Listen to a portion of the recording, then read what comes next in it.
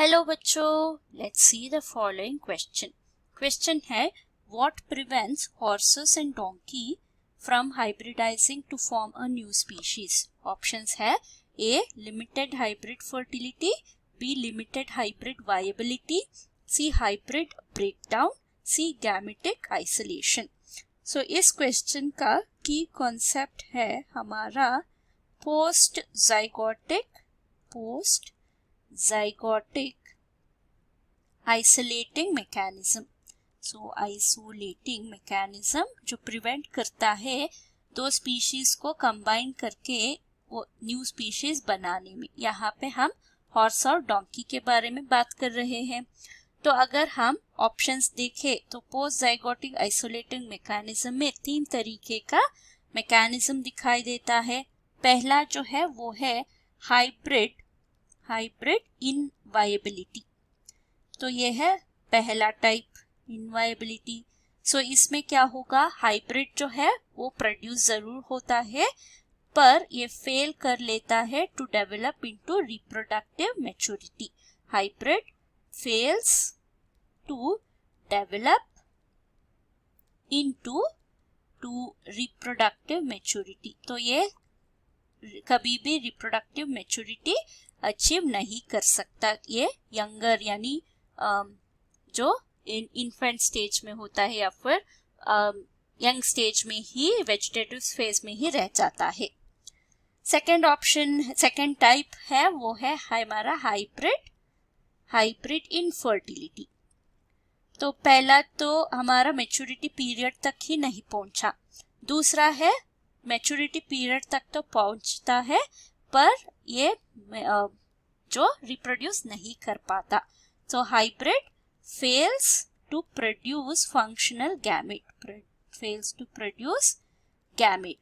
तो gamete produce नहीं होगा तो रिप्रोडक्शन नहीं होगा। इसको हम स्टेराइल ऑर्गेनिजम्स कहते हैं, स्टेरिलिटी। तो ये है दूसरा मेथड। तीसरा मेथड होता है हमारा हाइब्रिड का ब्रेकडाउन।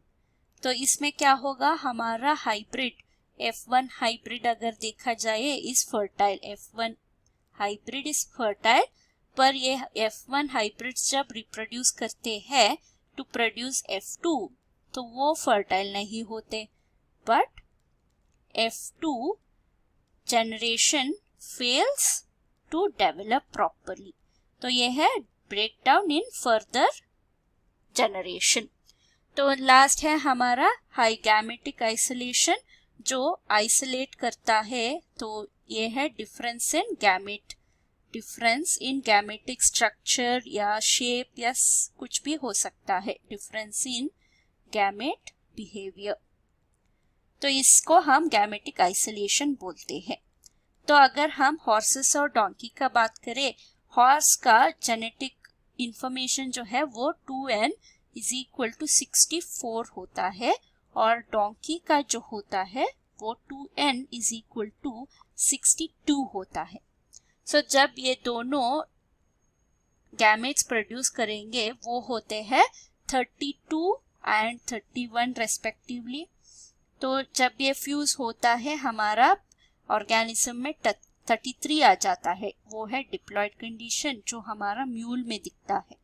सो ये जो म्यूल है ये 63 तो है, तो ये नॉर्मली डेवलप होता है, मैच्योर भी होता है, पर ये गैमेट्स प्रोड्यूस नहीं कर सकता क्योंकि अगर 63 को हम इक्वली डिवाइड करें तो गैमेट्स जो है वो फुल क्रोमोसोम नहीं ले पाते। तो हमारा आंसर क्या होगा, आंसर है option A limited hybrid fertility या फिर हाइब्रिड इनफर्टिलिटी भी बोल सकते हैं। आंसर है option A. Hope you have understood the concept. Thank you and all the best.